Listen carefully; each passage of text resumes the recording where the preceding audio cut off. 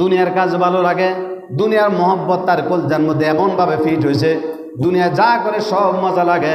এখন আর কোরআন মজা লাগে না, দুর্বল, শুনতে পারে না, মন চায় না, মসজিদে বসতে মন চায় না, নামাজ রোজা করতে মন চায় না, ইবাদত করতে মন চায় না, এখন আর জিকির করতে মন চায় না, এখন আর কোরআন তেলাওয়াত করতে মন চায় না, এখন আর আলেম উলামার কথা শুনতে মন চায় না, এখন আর মসজিদ মাদ্রাসা ভালো লাগে না, এখন আর আলেম উলামা ভালো লাগে না, এখন দুনিয়াটাই ভালো লাগে। এমনভাবে ক্রাশ করেছে দুনিয়া, দুনিয়াটাই যেন তার জীবন, দুনিয়াটাই যেন তার মরণ।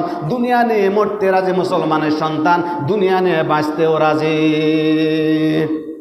ঠিক না ভাই? ঠিক। গুনাহ মানুষকে এমন দুর্বল বানিয়ে দেয়।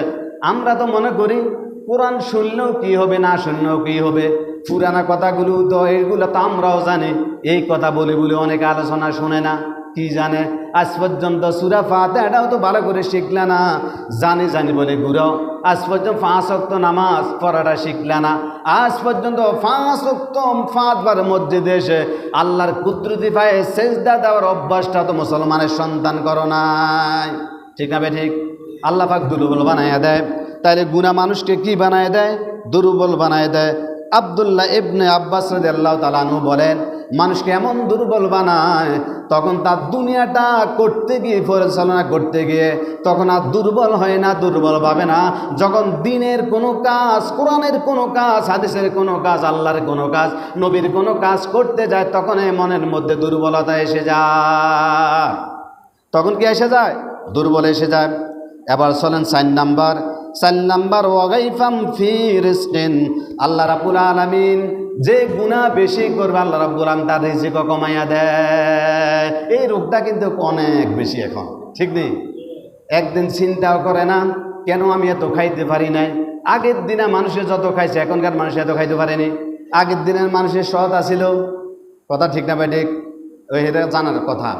আগের দিনের মানুষ সৎ আছিল, ক্ষেত কামারে যারা কাজ করতেন, এক বোয়াল ভাত একা খাইলেও কিছুই যেন হইতো না, কথা ঠিক না ভাই? ঠিক। আমি এমনও তো শুনছি, একজন লোক ক্ষেত কামারে কাজ করে দুপুরে 1 কেজি অর্থাৎ 1.5 চালের ভাত একজনে খাইয়ে ফেলেছে। এখন 2 ফুট টানতে ঘরের মধ্যে 6 জন, তারপরও 1 ফুট থেকে যায়। ঠিক না ভাই? ঠিক। এখন আর আগের মতো মজা নাই, এখন আর আগের মতো ভালো লাগে না, এখন রিজিক আরে নাই।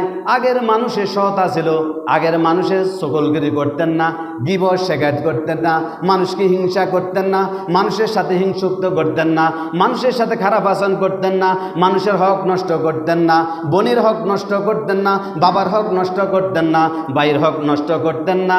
আগের দিনে তৎকালীন যুগের মানুষেরা মুখে যাকে যে জমি দিয়া দিছে, ওই জমি আর কখনো ফিরতে নিতেন না। কি কথা ঠিক না বে? ঠিক। আগে কি দলিল ছিল?